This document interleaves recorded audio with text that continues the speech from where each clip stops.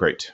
Here we go. Welcome, everybody. We are glad you're here, and it's nice that Chris was able to join me. I'm really grateful. We are going to do this presentation on talking to new camp parents, and Chris is going to talk about his experience and some of his stuff that he's done on thinking about how we should talk to camp parents. And I'm going to talk about the technology. But in case you don't know the two of us, I'm Travis Allison. You can tweet me at Camp Hacker, and Chris is at Dr. Chris Thurber. And just wanted to give you a couple of quick things about the GoToWebinar that you have.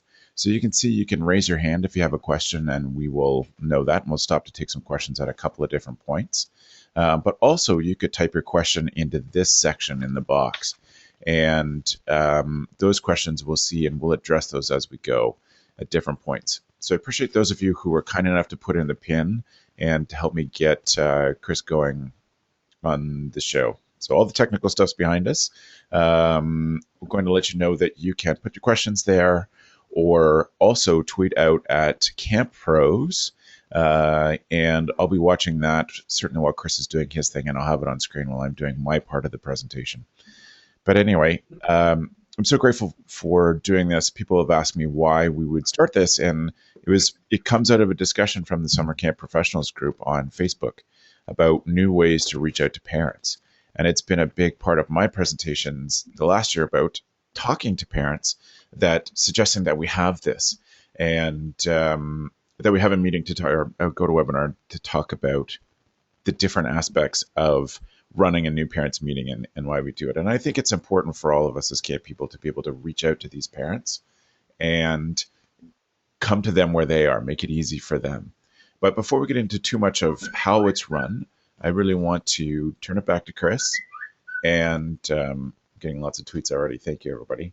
I'm going to turn it back to you, Chris. I'm going to make you the presenter, and we'll go for your part. All right, great. Thank you very much. Well, those people look really excited to hear what I have to say. I love the slides, and thank you for taking care of the technical piece of this. It's really wonderful to be able to share some of this information. As a lot of you know, I've really committed the last 20 years of my life to educating camp professionals as well as parents, and now being a parent myself for the last 11 years, I see camp in an even more nuanced light. I wanted to let people know that there are educational materials available for staff on expert online training, and also if you want more resources for parents, you can find them on my website, which is campspirit.com. The book that John Malinowski and I wrote, which is a preparatory resource for new camper families, is the Summer Camp Handbook, and this is available free online at the cleverly titled website, summercamphandbook.com. So there are some resources for staff, for parents, and for new camper families that will extend some of what I'm about to share in the webinar. So we're focused here on using video to help new camper families, and especially parents, prepare for this wonderful experience. I'm thrilled to have had the opportunity to write and host a DVD-CD set that the American Camp Association sells. This is available to North American camps through the ACA bookstore. It's a 25-minute DVD that explains the value of camp and some of the best advice for packing, labeling, preparing, by using practice separations in ways that minimize the intensity of homesickness, that maximize the value of the camp experience. So it's the first thing that I want to put out there for you to take a look at. The audio CD that's part of this set is interviews with parents who are giving other parents advice as they depart from opening day drop-off. So this is designed to be the thing that you slide into your CD player in your car and listen to as you're headed home, hopefully not having a panic attack at the same time. But one of the things that's most exciting, and those of you whose subscriptions to the Journal of Consulting and Clinical Psychology recently ran out may not have seen this graph, but I want to show you that this DVD-CD set can reduce the intensity of first-year campers' homesickness by half. And that's pretty remarkable. If we had a treatment for cancer that cut the incidence in half or that doubled the survival rate, we'd be pretty excited about it. And I'm pretty excited about this. It's based in the research that I did for my dissertation, which was all about promoting adjustment and minimizing the intensity of homesickness. But Travis is going to talk more about using video, and I wanted to share with you my one video-based platform, again, which is the Secret Ingredients of Summer Camp Success. Again, you can look in the ACA bookstore to get a copy of that, preview it, and see if it's something that you would like to send out to your new camper families. You can do it for about $5 or $6 a piece, and then they can recycle them. So it's a very inexpensive thing to do. Very intentionally designed as a DVD-CD set so that the DVD parents can watch with their children and get them involved in the process of preparing for this wonderful experience.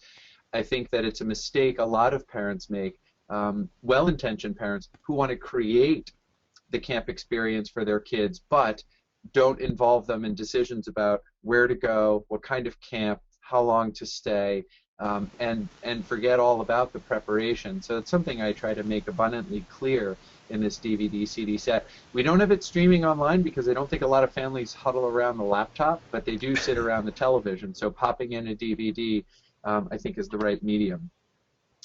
I'm wanting now to show you some slides that are conversation starters with parents and that I often use when I'm speaking to new camper families. So a lot of camps in New England where I live will have or host new camper family orientation days in maybe May, and I'm going to jump right to point 7, 8, 9, and 10 that I use with these groups because I think it illustrates a lot about the kinds of conversations we want to have with parents, and I hope it prompts some ideas for how you can effectively use video to prepare them. But one of the suggestions that I always give new camper families is to use a wall calendar. So here we have one this summer. Mark the days that the child is going to be away from home, and have a discussion as a family about what's going to happen in the days leading up to camp, and when are we going to be shopping, and when are we going to be packing, and what's going to happen in the days subsequent to the camp stay. The camp stay may be a week, maybe it's day camp, maybe it's resident camp, maybe it's the whole summer, all 7 or 8 weeks. My point here is simply that there's great value in taking something abstract like time and making it visual and concrete for young minds. It helps parents too, many of whom are pretty disorganized when it comes to preparing for the camp experience, but there's tremendous value psychologically in seeing that camp has a discrete start date, it has a discrete end date, it lasts for a finite period of time, and when we're talking about psychological adjustment, that's really, really important. The next point is for families to plan correspondence. So as you're thinking about how you might effectively use video to help new parents, I want you to have some discussion in what you create on how these parents are going to keep in touch with their sons and daughters while they're at camp. Here is a camper engaged in what I think is the best and classic way of keeping in touch with home, and that is a handwritten letter. The value of handwritten letters, besides the fact that they have some romantic and nostalgic value, parents will keep them for years and years, as opposed to an email that maybe they'll print it out, but most likely they'll read it and delete it, is that when we write letters, we create narratives. And narratives help us understand our experiences. So again, as a clinical psychologist, I'm looking for ways that camp directors can coach parents on methods that maximize the developmental outcomes of the camp experience. Now that was a whole mouthful, but what I really mean to say is as camp professionals, let's put parents in the best possible position to get their money's worth out of this experience and help their kids really have a good time. So when I say something like maximize adjustment or minimize homesickness, what I'm really saying is have a great time at camp. But there are some things that my research and other people's research suggests can be done to make this happen. Okay, so handwritten letters aren't just cute. They help children understand their experience, and because it's asynchronous, because it's not happening in real time like Skype, it is, forcing young people to pick out the most important parts of their experience and write it down in a coherent sort of way, and then wait for the response. And while they're waiting, they're going to be doing activities, and they're going to be making friends. One of the things that most camps have forbidden is the use of electronic technology that is connected to the internet, or that in some way allows access to cell phone signals. So smartphones and other devices that would allow Skyping or talking in real time are generally forbidden. It's hard to disengage. This is a picture that I took in an airport just a couple of months ago. I didn't ask this family's permission, so if they happen to be camp professionals and they're listening to this webinar, hey, this is what you guys looked like while you were waiting for your flight. And this is the world we live in. And I'm not saying it's good or bad, but I'm saying that it's an adjustment to go from this to out in the woods with mosquitoes biting you and the sun shining on you and having to make face-to-face friends, to disengage from electronic technology when we're so used to connecting with other people through this medium, poses an additional adjustment that wasn't part of the equation 15 years ago. It is now, and that's one of the reasons that I would suggest that we coach parents to have their children spend practice time away from home so that we can simulate the kind of separation that's going to happen at camp. To say that differently, if we're going to have parents encourage their son or daughter to do an overnight at a friend's house, like if I'm going to sleep over Travis's house, my parents should tell me, don't bring your cell phone. We're not going to talk on the phone. We're not going to text. I'm not going to text Travis's parents either. Go have a good time with Travis, and I'll see you on Sunday afternoon. That's much more a simulation of a camp-like separation, and therefore will be of much greater benefit to the participants. I wish you could see me shaking my head emphatically, Chris. I agree. So Smart. We've all heard the urban myth, or maybe it actually happened, that a parent sewed a cell phone inside a teddy bear. I'm not sure, but what I do know has happened at the camp where I'm about to spend my 34th summer is that parents will give kids 2 cell phones, one to hand in as a ruse, here's my cell phone, and the other to keep. Once they've handed in one cell phone, the suspicion that they might have another drops dramatically, except, of course, if you're skeptical like I am. So our advice to parents needs to be not only, please don't set a poor example for your son or daughter by breaking camp rules right in front of their noses, but please understand why, if your camp has a no electronics technology policy, please understand why that's in place. There's a rationale here. So we as camp professionals, it's incumbent on us to provide that rationale.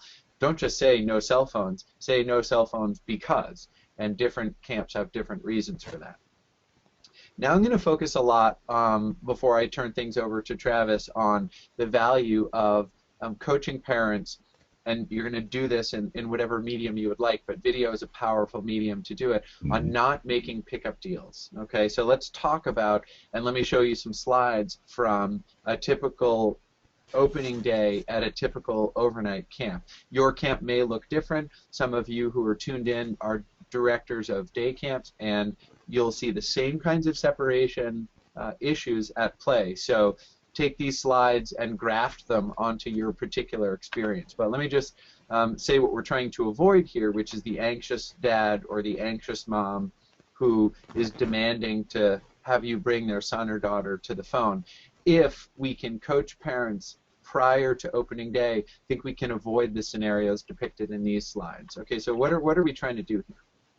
Let's take a look at typical family dropping their son or daughter off at camp. In this case, because I work at a boys' camp, we're mostly going to see pictures of boys, but I'll tell you that the research for girls is the same.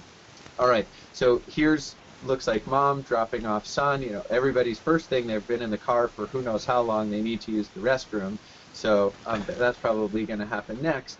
And then mom and sometimes dad will take part in unpacking the child if this is a traditional resident camp.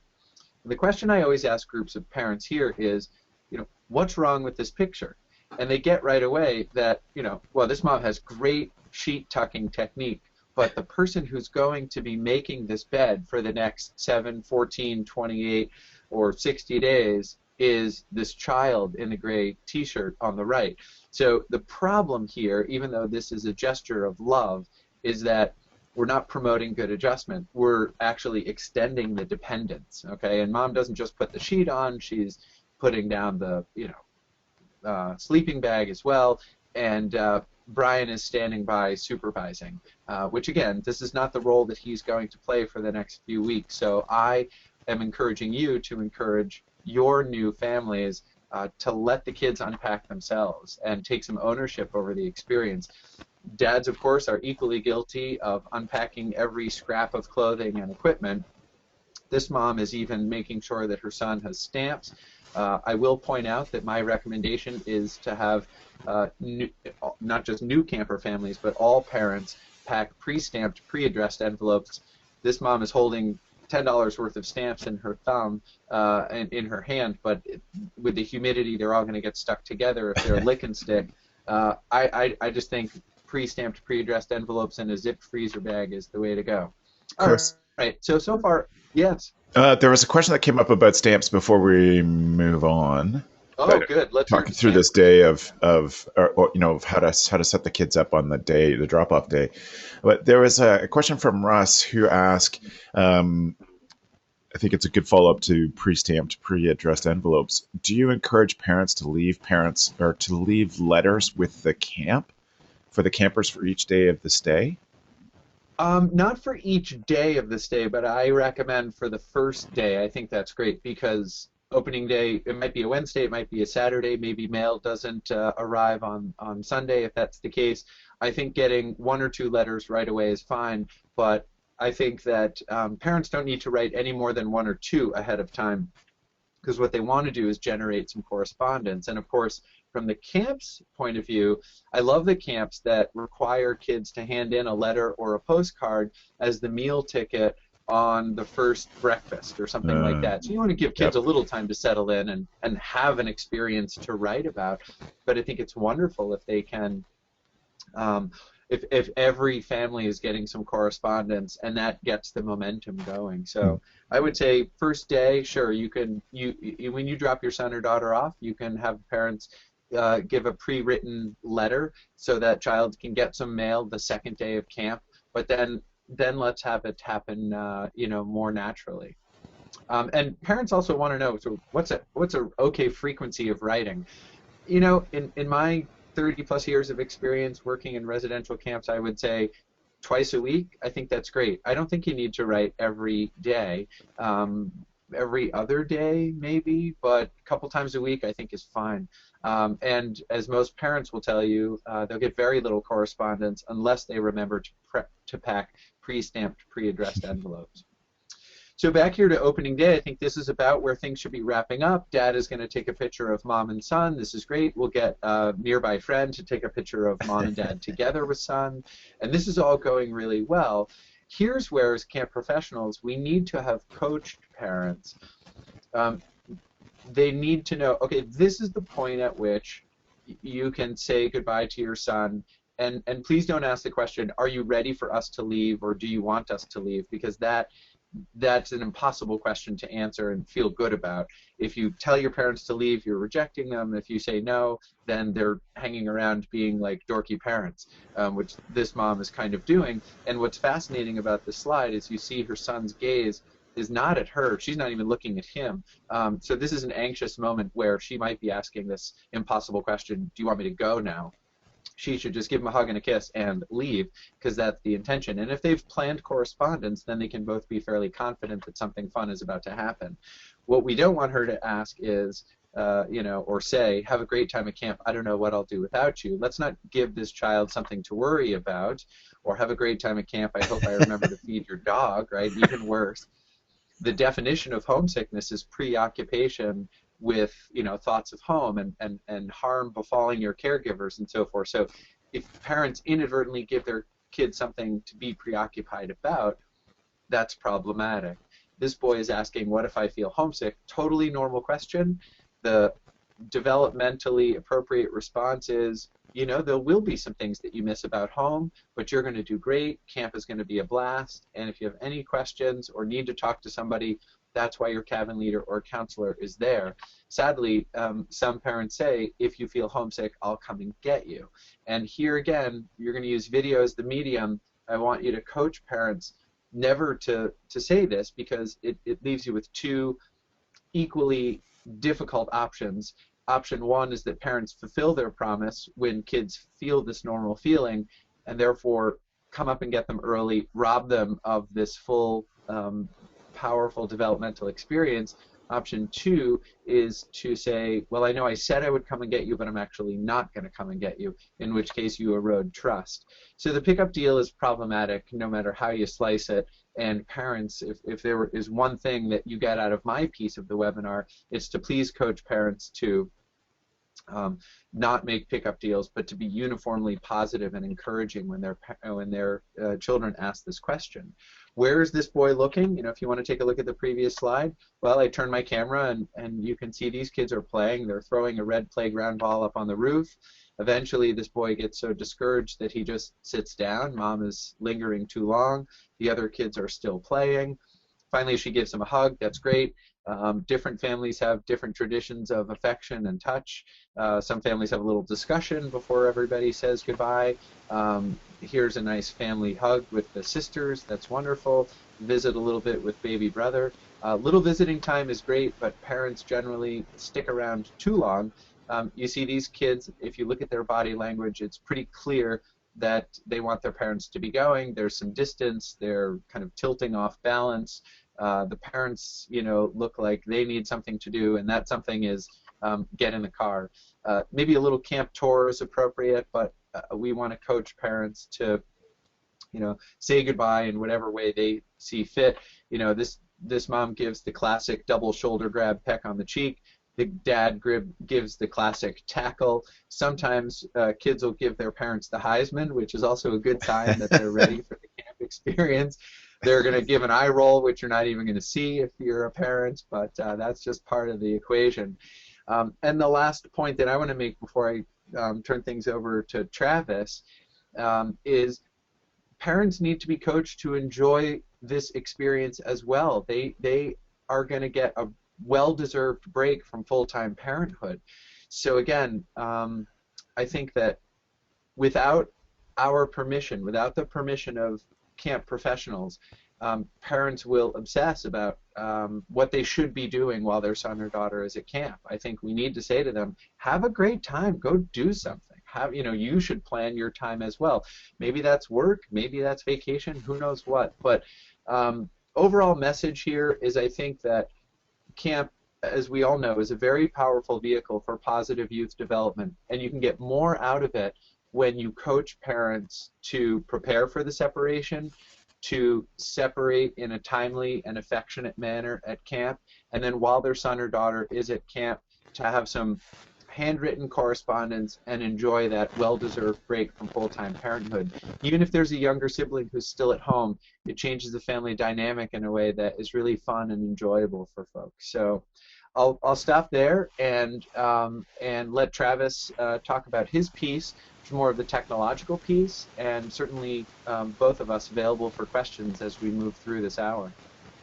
Yes, absolutely. Thanks, Chris. There are actually a number of questions, so let's just cover a couple of those now, and then we'll see what time we have left over at the end.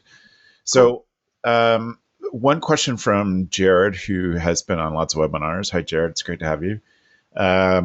Regarding letter writing, Chris, has your research indicated any difference between the quality or impact of the narrative between a handwritten letter on traditional stationery versus the form letter fill-in-the-blank checkbox kind? Yes. And I would say that the research is anecdotal, but lots and lots of summers under my belt to take a look at this. The fill-in-the-blank letters are a fun novelty, and I think it's fine if that is one of the letters that kids send home, but it doesn't create the narrative that leads to the insights that promotes understanding about oneself. And so absolutely, they're fun, and I liked sending them when I was a camper, but I also want to make sure that there's just one of those in the bundle, that most of what we're doing is having children and their parents write handwritten letters. I'll say one other thing too, which is that email, which I derided earlier in the webinar, can be used as a medium to create a wonderful narrative. It doesn't have the personal touch of something being handwritten, but we all know that there are wonderful, substantive, typed pieces of correspondence, and that can take the form of an email. Here again, what we want to do is coach parents and say to them, remember, when you if your camp uses a service that allows these one-way emails, you're not writing an inter-office memo. So be sure that your email to your son or daughter begins with a greeting, like you learned from Mrs. Miller in third grade. It should say, Dear Bobby or Dear Betsy. We should have punctuation. We should have capitalization at the beginning of sentences. There should be paragraph breaks. And so when your son or daughter receives this printed off the camp printer via some service, they're going to actually get a letter. They're not going to get a quick memo. And I'll make available as a PDF through Travis to all of the attendees of this webinar a one-page handout that I wrote for parents called Excellent Mail. Nice. And it's about how to write a good email. That's great. Yeah. Well, that's good. And I think that answers Lindsay's question too, which is, do you think that there's value in electronic correspondence? So thank you, Lindsay, for that question. Yeah, as long as it's thoughtful. Yep. Kim asked, Chris, what advice for camp directors do you have? What do you tell parents when they call and say, my daughter has not written me at all? How is she doing? Well, I think two things. One, the camp director, unless the camp director actually knows, don't fake the answer. Say, I'm really glad that you called, and it's not unusual to get zero correspondence. It probably means that your son or daughter is having a wonderful time. But what I will do is talk to your son or daughter's cabin leader or counselor. If there are any urgent scenarios or situations, I'll call you back. If you don't hear from me by 4 o'clock this afternoon, you can know that two things have happened. First, that I've checked up with your child's cabin leader or counselor to make sure that indeed I'm right and that he or she is doing just fine. And second, that we've had your son or daughter write a letter and put it in the mail today. So all of that will have happened by 4 o'clock if you don't hear from me, and that means you should get a letter in a couple of days. And keep your correspondence from home coming, but I'll reassure you that he's doing or she's doing fine. And that fits into what we did when we were directing, which was in prepping those parents ahead of time. We told them that they were welcome at any point to talk to that camper's counselor, but for reasons of not wanting to amplify homesickness or even introduce missing home to a child who wasn't missing home at all, we wanted to do everything we could to avoid them actually talking to their child. So at that point, we would say to them, I'll try to get your counselor, your child's camp counselor, to call you after lunch. How would that work? And then they get some reassurance, but they're still avoiding things that'll dial the kids' fears up. Exactly. Yes. Yeah. And I have one other question, Chris, and before I put my slides back up. It's from Sunny. Is there any research that you know of any research of the difference between too many letters sent to campers and how that affects missing home or problem behaviors? Is there a point at which parents can be too much in the kid's face? I think there is. Yeah, so I'll answer the question in two ways. I don't know of any hard data to suggest where that shift is between just enough correspondence and too much correspondence. So I can't give an actual number. The guideline that I have derived that I talked about earlier, about 2 pieces of mail per week, is something that campers have told me over the course of my 3 decades of experience works for them. Like, I like to hear from home. I don't need to hear from home every day. I think two things happen when children get correspondence every day. The first is that it's noticeable to the other campers who might not be getting mail as frequently, and sometimes that's fine. Sometimes it creates a little bit of an awkward dynamic in the cabin if it's a resident camp. Usually not, but it is possible to overdo it in another way, and that is in the child's own mind. They might feel a bit guilty that they're not replying to this correspondence as frequently as they would like. So you're adding work to the camper's plate when really what they want to be doing is playing, and they're, oh, I got another letter, I haven't even written one back. So I think the third reason why it's important to maybe at a maximum write every other day is that parents don't want to inadvertently give children the impression that they're suffering, that somehow they're having a difficult time with the separation, or that all they're doing is sitting at home thinking about their son or daughter. So if you're going to take the time to write a thoughtful handwritten letter, that's going to take half an hour, maybe a little bit more, a little bit less. And parents, as I said, should be enjoying their time and their well-deserved break from full-time parenthood. So, I really think also, as I said, parents need permission from us to dial things back a little bit. So I hear a lot of parents breathe a sigh of relief at the Camp Belknap New Camper Family Orientation when I say, couple letters a week, 3 letters a week maybe, that's fine. And they go, oh, geez, okay, I thought I was going to have to write 4 or 5 a day. And I say, well, if you're doing that, you really are sending a message that you're sort of obsessing about your child in his or her absence, and that doesn't feel good. Right. Well, thank you very much. Those are great answers, Chris. I'll get my slides up here. So Chris introduced a lot of great ideas, and thank you for talking about preparing them and how good preparation will help those families manage the child missing home and possibly getting homesick. And I'm glad you focused on that, Chris. Thank you. The part that I wanted to talk about is why we would do this online, why we would take what Chris has talked about happened at Belknap. There's a new parents meeting, and the same thing. That was my job on opening and closing days at our residential camp. My job was to meet with parents and say, this is what a week at camp looks like. This is what a day is, and what are your questions? And I wanted to ask, why would you take this online? And I think a lot of it has to do really just simply with respecting those parents. And you want to respect the time that they have, that they are going to have some anxiety going into this, that they've never sent their child away before, maybe recommended by somebody. But you want to have respect for the fact that it's going to be hard for them to make this choice.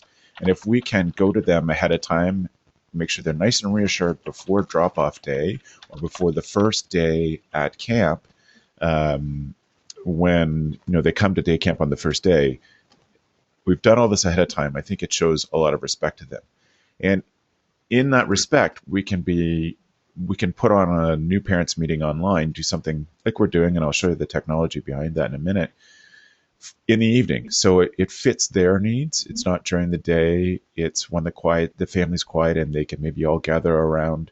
It's easy enough now to put something like a Google Hangout up on your TV, but you could also do it on the laptop. And respect them that way. The other thing is that it's easy to tape these things. Same as we're recording this webinar, you can record new parents meeting. And I like to encourage camps to do this 2 or 3 times a year, record each one, and then families who haven't even decided yet, who are very early in the stages of deciding what camp to go to, can watch those new parents meetings and get to know you. And that helps them make the choice, makes them feel respected. The other important part of this, and I've said this a lot in presentations in the last year, is that families need to understand that they're not sending their child away to an email address, that there's a real person there, that there are real grown-ups in this place. Because a lot of your photos on your brochures and on your website will often be kids playing. You need to show them that there is a parent figure, an adult who's in charge there, and giving them the opportunity to ask you questions and just hear how you talk about camp is a good way for them to understand that you're a real person and you understand what it's like to be those parents. So what I wanted to do for my part of it is talk you through some of setting this up and getting it going. And please do keep the questions coming. There are lots. We'll have time to answer them. Neither one of us are rushing off at 2 o'clock. So we'll have time to take lots of questions at the end. I encourage you to use the questions thing in GoToMeeting, or I've been watching Twitter as well. So there's some good questions coming in there. So first of all, you're going to declare or schedule a night when this is going to happen. And I like to say you're going to do it every third Tuesday at 7 o'clock. It's totally up to you, but it should be something that they expect, that they know when it's coming, and that they'll know what's going on. And so you need to tell them that it's going to happen. You set a date, but then you tell them what's going to happen on that night. And for me, I'd like to say that, or what I propose is that camps do 10 to 15 minutes of their usual spiel that you would do at camp with new parents. Here's what a day at camp is like. Here's how here's how meals work, and here's what's going to happen for the next 10 days at camp. Just so they're reassured that the schedule's being followed, their kids are going to get into a routine, and they're going to be well looked after. And so you spend some time on that, and then you can go into some specialty stuff that you've prepared specifically for that online event, like Chris is talking about, how to prepare your parents to make sure their kids are successful at camp and not adding to the stress of going away, and maybe as a parent unintentionally triggering homesickness. So you get all that ahead of time. You tell them what to expect in the call, prepare your piece, but also send in your correspondence and ask them for questions. What do they want to know ahead of time? And I'm sure as an experienced camp director, you usually collect those kind of things up and prepare your answers. But it's nice when you can call out to parents and say, I'd like to thank Mr. and Mrs. Smith for sending us in this question. That helps them know that you are reading their correspondence and responding to them. And that is reassuring to a parent that you are going to respond to some of the stuff that they need to feel comfortable. And then I think you need to prepare all this ahead of time, schedule the night, email new parents, send them the quick outline of what's going on, ask for questions. One question that I think is a good one, even just for you getting to know the families, even if it's not something you address specifically during the online presentation, ask them, what is your biggest concern about sending your child to camp? That can tell you so much about where the family's at in their preparation for sending their kids, how they feel about it, etc. And some of those will be things you want to head on address during your presentation. Some of it will be, I'm concerned my child's not going to have enough food. And that's a simple answer for most camps. We've got a system to check, we eat family style. Just go through all those things to reassure them, but ask them ahead of time. And then you've emailed the new families, but I also think you should email all of your families. There'll be families who have been to camp for many years, but have friends that they have said to their friends, I think your child would be great at camp. I think they'd love the experience.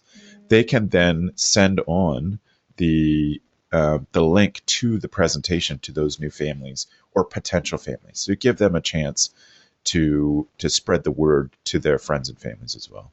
And it gives them a chance to refer you, which is also great. I think that those families that have been there for many years are a good source of answers to the same question. What were your concerns in the first time that you sent your kid to camp? What were the things that made you most worried about? What were you happy to see that we did at camp, so that you can cover that?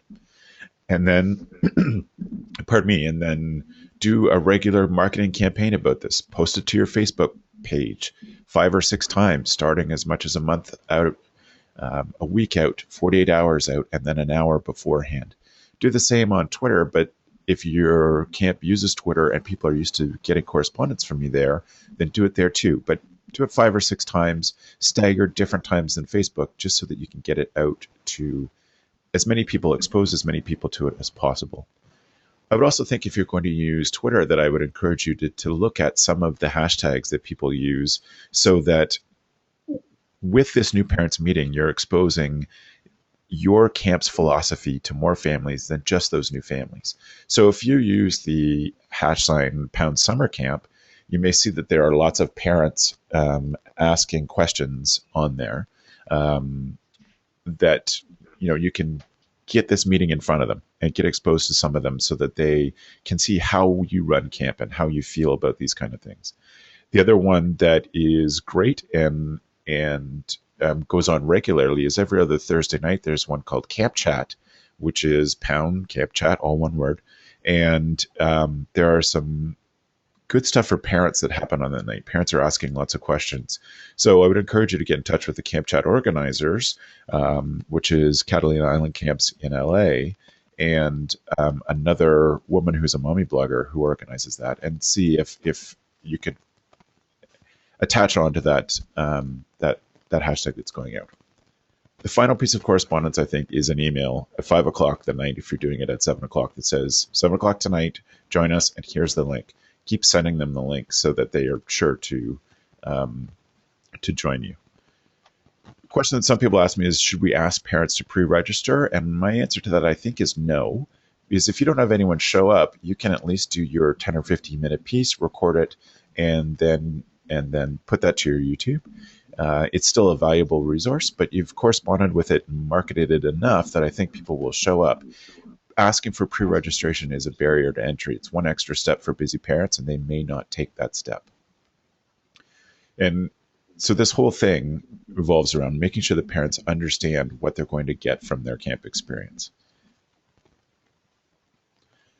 The other piece that I want to talk about technologically before we say, here's how you actually run it, is to set up the room that you're going to be in. Chris and I have chosen today to do this in a true webinar style, where what you're seeing are PowerPoint slides and not us. But I would hope that you would set it up so that people could see you. They could see the office, your office, whether at camp or in the winter office, but see you and get your reactions. And I think that again is humanizing. That takes you away from just being an email address. It makes you a real responsible adult that they're sending their kids to. There's a couple of steps to that, I think, that are pretty important. Number one is you should be sensitive to the lighting. As many of you know, every 2 weeks we do an hour-long podcast on Camp Hacker that addresses an issue for a camp director. And we've moved in the last 2 years to doing a video show that we then take the audio out of and add the audio as the podcast. But the video goes up to our YouTube. So one of the things that we tell people when they've agreed to be as guest on our show is you need to make sure that there's more light in front of you than there is behind you. And that's something that is just a way to make sure that people can see you and see your face and your expressions. If there's a lot of light behind you, then you're just going to be a silhouette. The other thing that you should do is invest in a bit of equipment. Most laptops that have come out in the last 2 years will have an HD camera built right into them. And that may be just fine for what you need and be excellent quality. But you could also, if you have an older laptop, you can invest in something like this camera, which is the one that I use for recordings. You can see here it's $70 for an HD quality web camera that just plugs in via your USB and would give a better quality image to the parents who are going to be watching this. And of course, you're always remembering that this is you giving an impression to parents, giving parents an idea of how you are as a leader and how you represent the camp. So the higher quality you can, this obviously fits into a budget quite nicely. The higher quality that you can do, the more you're going to impress parents with how you care about their impressions and how you run your camp. It's also best if you have some sort of microphone. You can get a headset like this one. It's highly recommended. That just plugs in directly so that there is good sound. If you use just the condenser mic on your laptop, you run into a lot of problems with that over time. It'll pick up every sound in the building, but also you may be making notes to yourself or typing something. And what happens is when people are listening to you, that they can hear you typing on the keyboard. But if you have a good mic that's separate from the keyboard, then you can type or take notes or do whatever you need to, but it won't pick it up. It'll sound much better. So this one's a nice and expensive one that's highly recommended.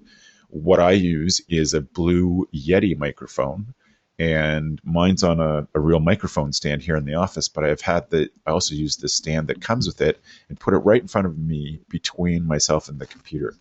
And that again gives good quality to parents and helps them hear what's going on. The other idea that I like is to have a producer. So Chris and I are running this webinar ourselves, so you know that I've been reading out the questions and I've been watching the Twitter. But sometimes it's a lot. If you don't have practice at this, it's a lot to add that element to what you have to do.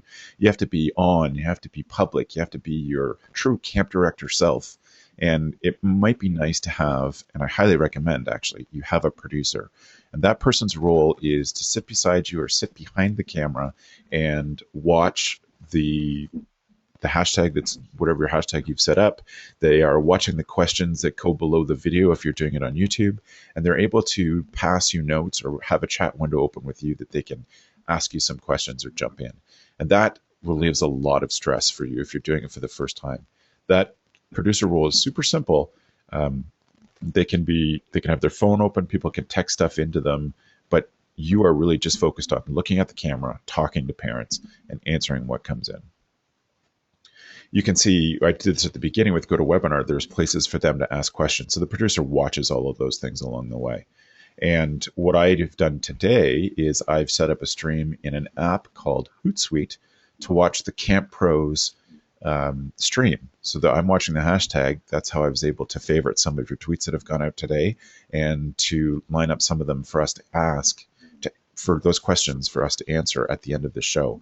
And so you just save the search and keep watching the stream. And that's part of what the producer's role is. It's a little hard to do if it's your first time being on camera live like this.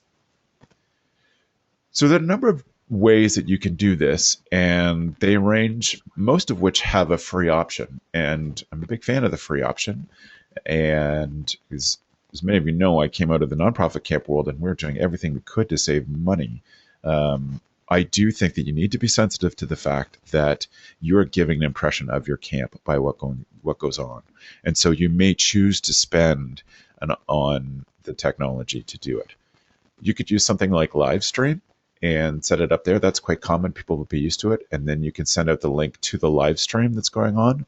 There's a web app called Spreecast that allows you to have yourself on video, maybe bring in somebody else. You might have a special guest. If, for example, you're doing 3 online new parents meetings, one of them might be sort of general. The next one might be specifically about Chris's homesickness preparation for parents. Not homesickness preparation, but how to prepare parents to prepare their kids so they're not homesick. And so you might bring in a special guest to talk. And Spreecast is good because the questions can be right beside you on the screen when you're looking at. Another one that many people know is called Ustream. The one I'm going to talk about today is a free option, and it's available from Google, and it's called Google Hangouts on Air.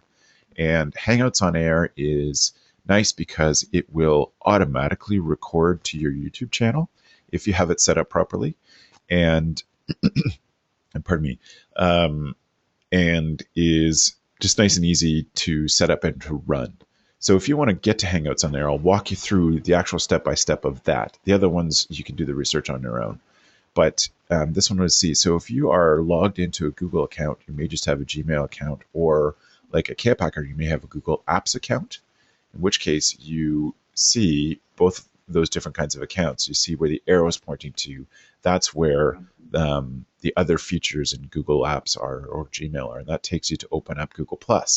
And Google+ is Google's social network. And this may be the reason why you actually want to be on Google+, even though your families are maybe not too much on Google+. One of the reasons is the cool features like Hangouts on Air. So if you open up Google+, you're going to get to your personal Google+ page, or if you've maybe taken the time and created one for your camp. On the left-hand side, there's a box that'll open and bring down all these different menu options, including communities, events, etc. But one of the options is Hangouts. So you select that, and that then takes you to this page about ongoing Hangouts, what's happening right now. So Google is presenting all of them. So another option is that your Hangout, while it's going out live to your families, is also going out live to the world. And that may be good for you to spread the word of camp in another sort of, not really viral way, but a natural way. If there's people see, hey, this camp's presenting, maybe I'll watch that. So when you select Hangouts on Air, it'll allow you to then schedule, will allow you to do a Hangout now or later. So you can see I quickly filled in one of these as if I was going to run a new parents meeting. I've put the camp's domain in the title so that people would know who's sponsoring it. And I've selected later. Now is the default, but I've selected later, and I set a time. You notice I set it for right now. And the audience is public. And that means that anybody can see it. If you want to make it very specific, there are ways to do it and only offer it to a few people or only offer it to a group, but I don't have time to go into all of those details. So for this purpose, I've just set it to public, and I've scheduled it. Then what I'm given is this page for my event, the event where the Hangout's going to be. And you can see it's got my logo, it's got a bit of the picture that you've seen a few times in this presentation, and the details of the event on the right-hand side. Where it's going to be shown is in this window on the left. So you can see start, which is what I would do in this case at 1 o'clock this afternoon. I might start the Hangout, or 7 o'clock in your case. Use that button to get things started. But you can see there's a couple of other little buttons under the video on the left that are important and help you fill things in. Before I get to that though, you can see on this new slide that you can share the event in the top right corner. And that's good, but it only shares it to Google+. And you should definitely do that. But my feeling in general about social media, social networks, is that there are not a lot of families on Google+. Google Plus's value to camps is in a bigger SEO online marketing sense, but not necessarily directly reaching out to parents. But you should share it there using that button. And then we'll come back to other ways to share it in just a second. So you can enable the Q&A function, and the Q&A function is important. That is the thing that will allow people to put their questions into you. So they're not going to come on video to you, they're just going to post a question and you'll read it off the screen. And that's a good way, aside from Twitter or maybe texting in things, to find out what the questions are and give them a chance to have those answered. Also, the Q&A can be watched by your producer, and your producer could be answering those questions if they have been already answered, the parent just joined in, or the questions that you covered in part 1, the month before. You can send them the link to the previous video just so that your current online meeting continues on quite quickly. The other thing you could do is create a trailer, and I think that this is incredibly important. Just a 30-second video of you either sitting at your desk or standing outside, standing with a nice background around you and saying, we're so excited to offer this to you on this date. Please join us, register here, and then you put the link on the video. And then when people register, they'll see that video there, but you'll also have that as a YouTube video available to send out to parents in the correspondence in the marketing piece that you've done. So when I click on trailer, YouTube gives me, or pops up this YouTube window and allows me to enter a URL where that trailer video is, or it also allows me to upload a video of the trailer, as it's called, the welcome or the get people excited part of the video. And then the last and most important part of this is the links. You can see it in the right-hand column here. This is how you share this event. So if you click on links, it'll give you a link to the event page, which you could put in the emails or on the Twitter, the YouTube page, because people can watch it from this particular web page or from your YouTube channel. But you could also take, and using this video embed code that they present there where it says iframe width, that will allow you to put that right on a page in your website. And all of this Google Plusing and YouTubing may make things complicated for parents, and you want things to be as simple as possible. So sometimes it's easy to just create a page on your blog, on your website, and say, here is where the new parents meeting will be, come back and check here. And then ahead of time, you embed that video right in your website so that they're not having to create an account or do any of these things, that it's all there. But you've created a page on your website, hopefully a page with comments, and your producer will have to also watch the comments that are going on there and answer those questions, and watch that part for the questions that come from parents. So that's really the technology behind all of it. I did get a couple questions ahead of time, and we are getting ready to move into questions. So feel free to put those in the chat. I'll move to start watching the Twitter as well again. I did get a couple ahead of time. One in particular was from Andre, and I want to thank Andre, who I put the accent wrong on your name. Sorry, Andre. From Camp Lincoln and Camp Lake Hubert. He asked, what's the optimum size for people at watching this video?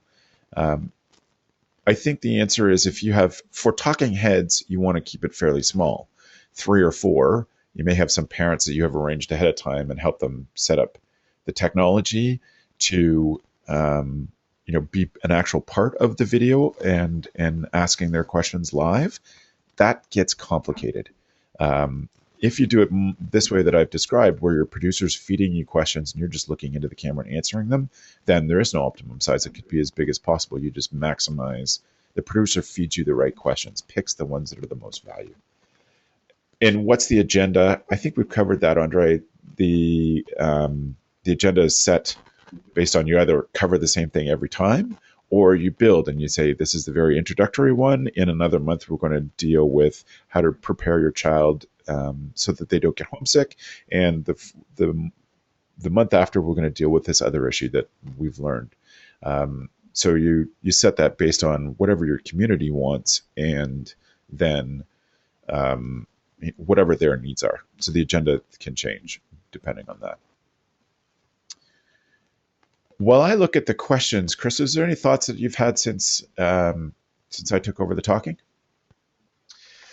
A couple of thoughts. First of all, I love the emphasis that you're putting on professionalism. So I think that anyone who's ever watched a video online has, or clicked on something on YouTube, we have some tolerance for variety of video quality, and I don't think anyone's going to get bent out of shape and think badly of your camp if the video isn't super glossy and super high resolution. At the same time, webcams are not new, and online video is not new, and all parents have an expectation of some minimum level of quality. So what you said about making sure you're not backlit is very important. People want to see your face. As you said, it humanizes it.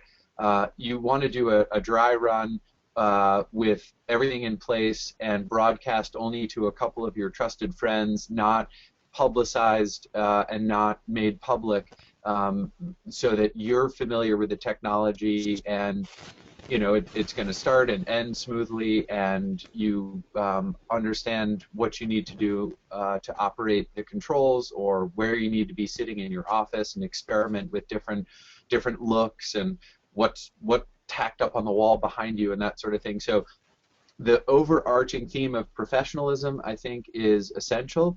I love that you mentioned the importance of video quality, and I think people can make a small investment and it'll pay huge dividends in terms of video and audio quality.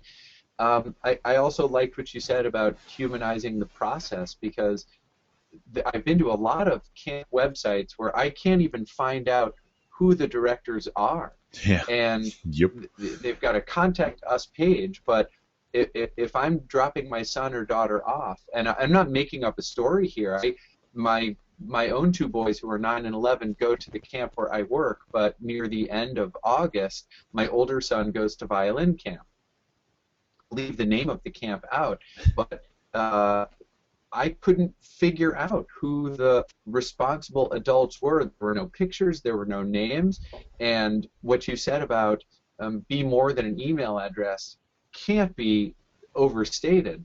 I felt pretty nervous driving to this camp and having to ask around quite a bit, because I wasn't able to find basic information about who the leaders were at this particular camp. So not only are we promoting good adjustment and forming a community in an effective way and a partnership with our parents by using something like Google Hangouts, but we're also, just our presence is answering a question that parents have, which is, okay, if I'm not in charge, who is? So, professionalism and putting your face in front of the camera is great. One other small production note that I think is really important, as you said, we're using slides in our voices today. Some of the webinars that I've done, I'm looking into the camera, and that's really a point I want everyone to take home. When you choose to have your image on screen, don't look at the screen. Yep. Look at the camera. because you're looking into the eyes of your viewers.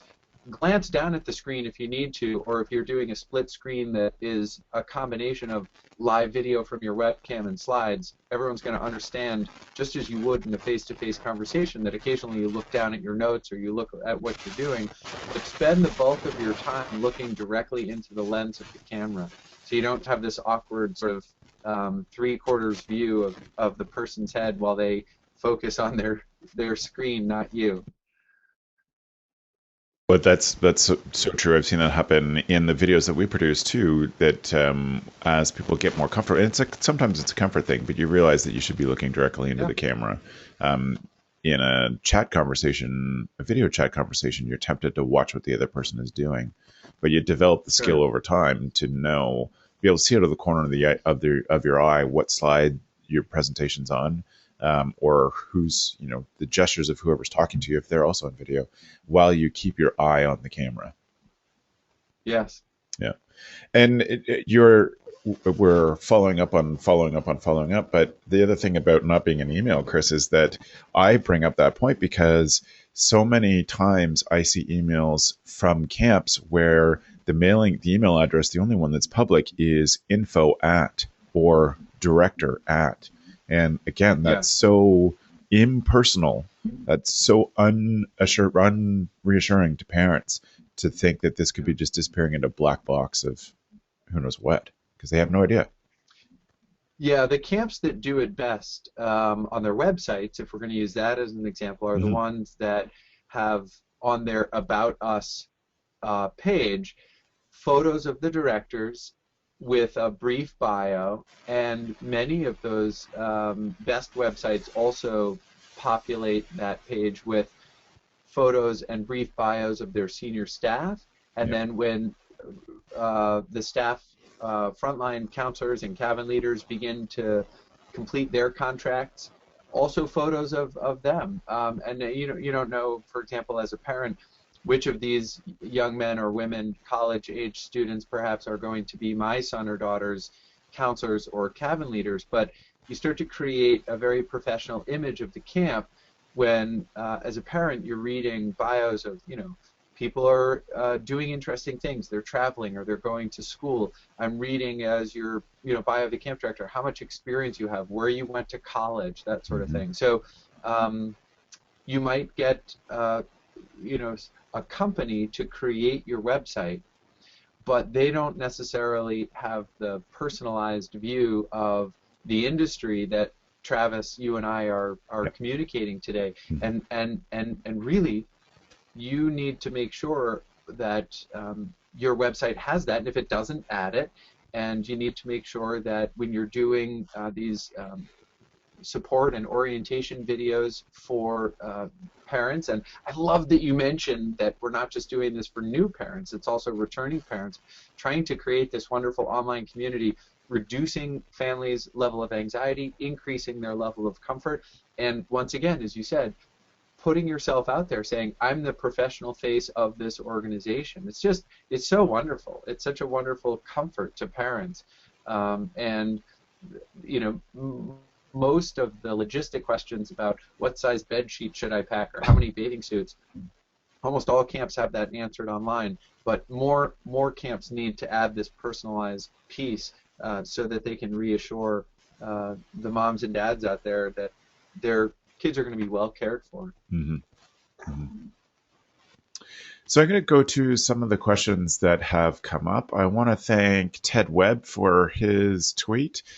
His suggestion is if you have a parent who's unsure or missing their child, then you could take a photo of that child having fun and send it to the parent as just one quick way of reassuring them.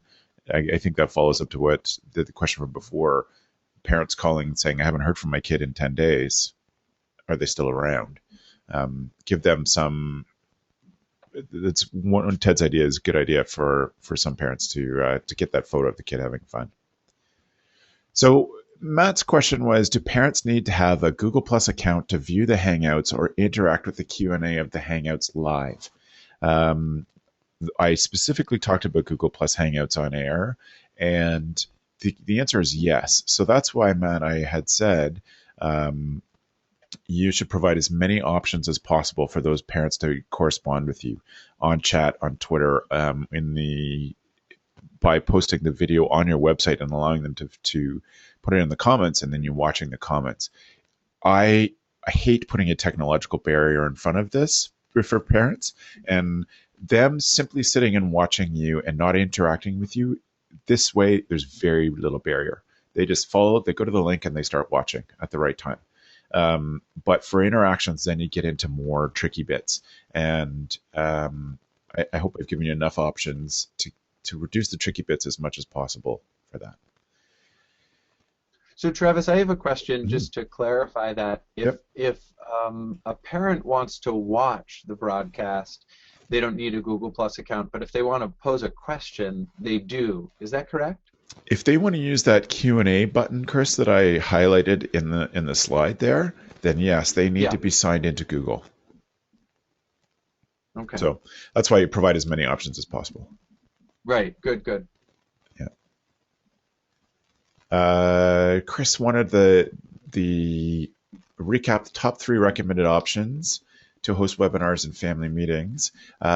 Just so everybody knows, all these slides are already available at slideshare.net/Zoic, at least my part of them. So the technological ones, they're all available there now. So you can go there for those resources. Just quick recap, it was Spreecast, Ustream, and Livestream are the ones that I had recommended. So Chris, I had a question from somebody for your part of it, but the correspondence between campers and families.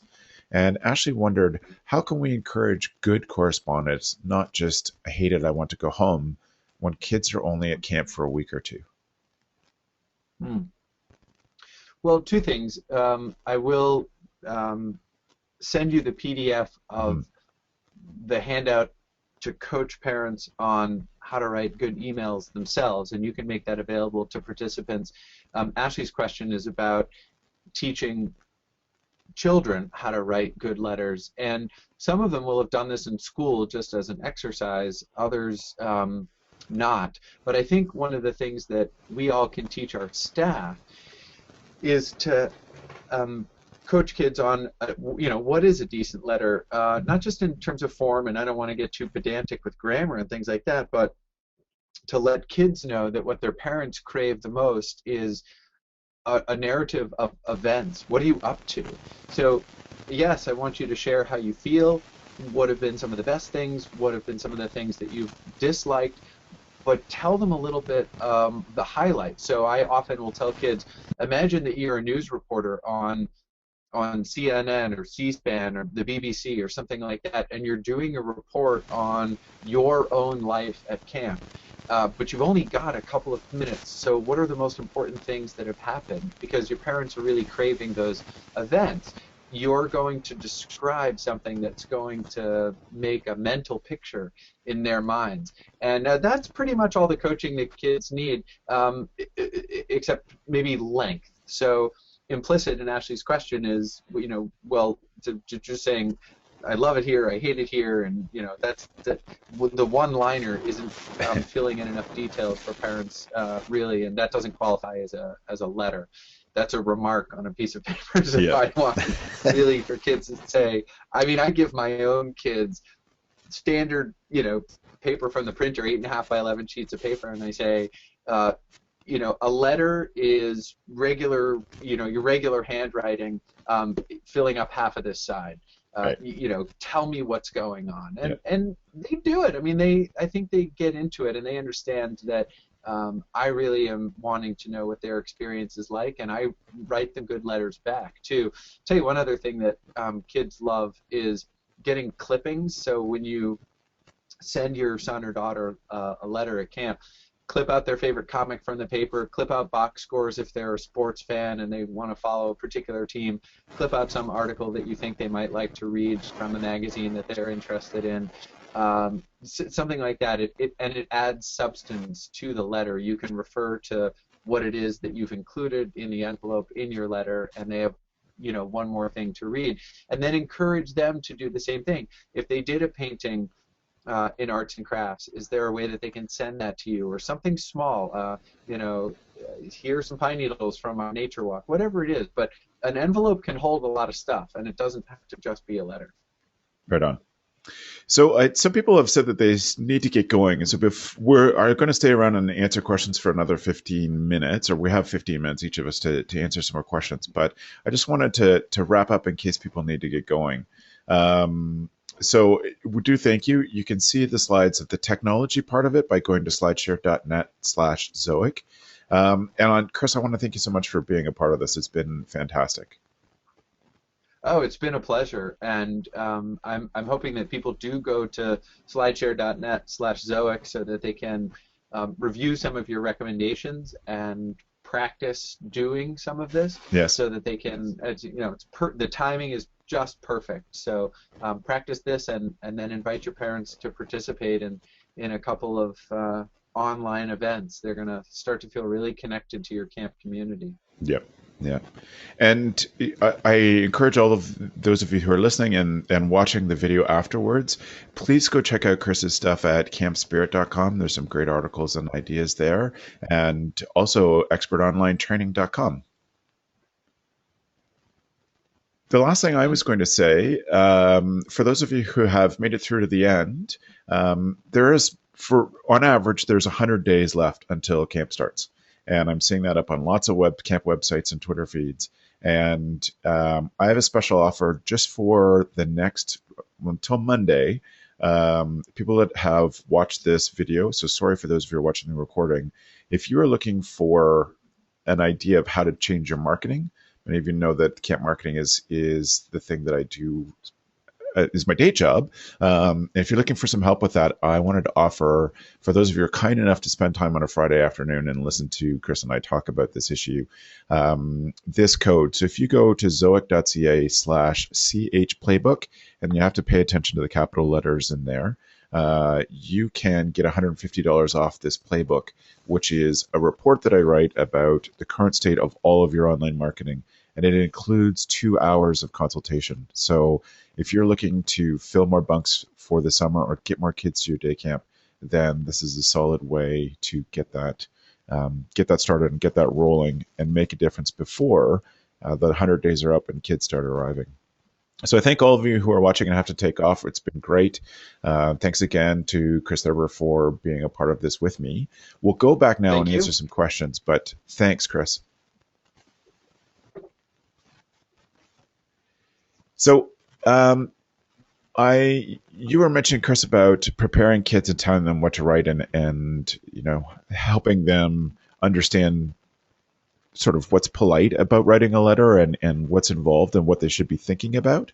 There's a great idea from Sunny in the questions, which I love. We often talk about teaching life skills at camp and talk just on our podcast this week about how important we believe it is to teach staff and campers skills that aren't just not applied to their day at camp, but also something bigger. And Sunny put this in the comments and said, we take part of a rest period to have staff teach kids how to address an envelope.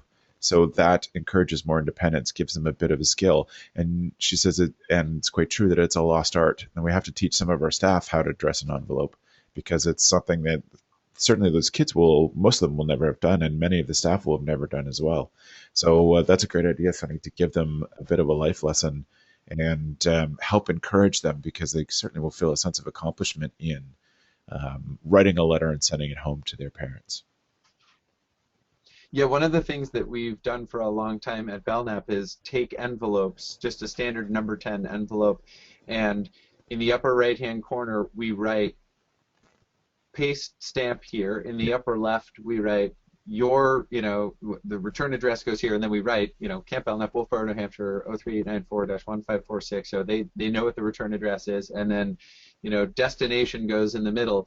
Again, some of these kids have done it in schools, some of them haven't, but if you give them a template, you're absolutely right. It increases their independence, and, they get excited about it. Yep. So, Chris, this question looks like it's for you. Ed Burton asks, how would you advise a day camp to help their parents and campers transition to the first day at camp, maybe their first day on the bus? Yeah, so I have a couple of ideas, and I will say that Steve McGuire has a couple of wonderful video training modules on Expert Online Training that address the transition issues. And we have a new faculty member on Expert Online Training, Dr. Zach Murrell, whose specialty is day camps and after-school programs. So there's more there than I'll be able to say now, but what I can summarize is the importance of practice. So for some of these kids, they haven't ridden a bus before. They've only been driven to school, and that's going to be a new experience. A lot of day camps will offer short bus rides as part of a pre-opening day orientation. And so imagine that if it's a day camp, almost all of the families are local enough that if you have a new camper family orientation day a few weeks before camp starts, you can have one of your buses if you own them, or charter one if you don't, and give the kids a little bus ride around Yeah. camp, and let them know that when you get picked up, this is what it's going to look like, and you'll have a staff member who's dressed like this and has a shirt like this and a whistle around their neck and a clipboard and so forth. The more you can simulate that opening day pickup and the opening day drop off, the more powerfully you've promoted the adjustment. Of course, another thing that I think is important is that the bus ride be fun. So you don't want to distract the driver, but there are some songs that you can sing, not at the top of your lungs, that are fun, campy songs, and play name games and make the bus camp. It starts when those kids get on the bus. So don't conceptualize that uniquely as a mode of transportation. And then, of course, just as we would coach parents who are dropping their son or daughter off at overnight camp, we want to make sure that parents who are dropping their son or daughter off at a bus stop, or maybe they're driving them to the day camp, we need to coach them on what is an appropriate goodbye. Like, what does that look like? It's brief, it's affectionate, and it's encouraging. If you linger, if you express doubt, if you express ambivalence, as I put up on one of my slides, well-intentioned, loving parents have said things like, "Have a great time today. I don't know what I'll do without you." And once again, if you give campers things to become preoccupied about, or if they think that their attending camp somehow puts their mother or father's life in jeopardy, it's not going to be a pretty separation, right? Yes. So, really modeling for them, this is what a quick, affectionate, encouraging goodbye looks like. I think that's important. And again, that so many moms and dads come up to me and say, "Thank you for giving me some real specifics, because otherwise I wouldn't have known." And I tell them, I'm not making this up. This is what has worked. And it's a little bit different at every camp, and the routine and the rituals vary. But one of the things that is common and a transcendent principle is that when kids arrive at camp, they want to play. They don't want to hang out with their mom and dad, despite how clingy they might be. What they're really hoping to do is get involved in fun activities and either make new friends if it's opening day, or see their friends that they've made if it's the second or third day. So brief, affectionate, encouraging, and you can't get too detailed as a camp director in how you orchestrate and coach that drop-off and that separation. Right. Yep. And it's so nice for them to have it step by step and broken right down, because it's new to them. This camp is such a different place than anything else kids and families experience anywhere else in their life, that anything we can do to make that transition easy for them. Yeah. So 5 minutes left. We'll spend 5 minutes and answer some questions. The last couple of questions. Chris, Jared asked if the DVD is available in Canada. I think he knows that you can order it through ACA and it'll be shipped, but I guess there's a problem with tariffs and duties and things. Is it available directly in Canada? I don't think it's available directly in Canada, but I would be happy personally to facilitate, as I have in the past, shipments. Basically, a lot of, from the United States, we can ship media at a different rate and not have to worry so much about, I know that from my experience, getting it through customs is not a problem. If we're shipping in bulk, by which I mean 100 pieces or more, and I give you two ideas. The DVD CD set retails for $10 US or $9.95. But if you buy it in bulk, I think you can get it for $5.95. So if you were to buy 100, you'd be looking at an investment of about $600, which is something that you may use exclusively at your own camp, or maybe you're going to split the cost with your brother or sister camp. The good thing is that parents will recycle this product once they've used it once. You can ask them, just bring it back to camp with you on opening day. That's wonderful. We try to recycle as many as we can and share them with other new camper families in subsequent sessions or subsequent years. But if you send me your contact information, and my email is just chris@campspirit.com, I'll be able to facilitate a bulk shipment to you without too much trouble at all. Right on. Thank you. Some of the technical questions that have come up as part of response to my stuff. Lori asked, how do you get photos of your new staff to post online? I assume that is follow-up to what Chris said of putting it in your about section. As your staff gets hired, you put their photos online. To me, I think that's pretty easy. Just ask them to send you something. Everybody's got a good camera in their smartphone, or if they're away at school, somebody on their floor will have a good smartphone that they can use. If you're lucky and can bring everybody together at this time of the year, then maybe someone on your staff is a photographer and could do some good shots of them. I know that at our old camp, I go back every year and set up a portrait studio, and I shoot portraits of the staff the first week of May, so that there are professional photos that they can send out if they wish to the families. They can put them online if they want, but it's also so that there are professional photos when families arrive. They can see, again, humanizing the leaders, they can see the name of the people and what their job is, face, name, and job of each person. So I think it'd be pretty easy for you, Lori, to get some photos by asking them. Got lots of thanks here, Chris. Thanks for the opportunity to attend this webinar. I got many good ideas, much appreciated. Thank you for doing this. This person didn't leave their name, but I thank them because he or she also writes in, I just found out about Camp Hacker this month, and it's been a huge resource and a way to connect with other resources too. Wish I would have found this 3 summers ago. Yes, well, I'm grateful for that. Thank you so much. It looks like we have 3 questions. One for you, Chris, which we'll actually wrap up. And Jared, I see your questions there. We can connect about them directly because it'll be easy enough for you to answer. Andrea asks, with our camp being a specialty camp for kids with disabilities, our campers rarely want to send letters. We want to create an environment where campers can escape their learning disabilities. How would you recommend explaining to parents that not receiving a letter in a 12-day session is not unreasonable? Actually, Andrea, I think maybe we've addressed that at different points. Again, we haven't done it specifically to a camp for kids with special needs. But I want to honor Chris's time and say once again, Chris, thank you very much for being on. My pleasure. It was awesome. And thank you, everybody who's watched and stuck with us right to the end, all 41 of you that have been here for the whole hour and a half. Thanks very much, everybody. Please get in touch with us if you have any other questions.